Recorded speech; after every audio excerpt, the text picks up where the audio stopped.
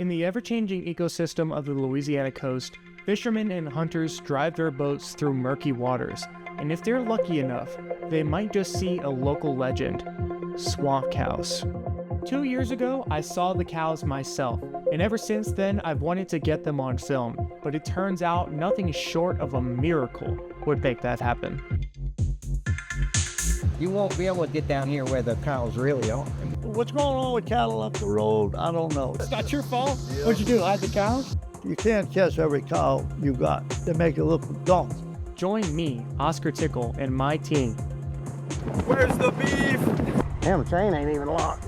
in our months-long search across coastal Louisiana for the elusive swamp cows and discover the unique history and characters that come along with them.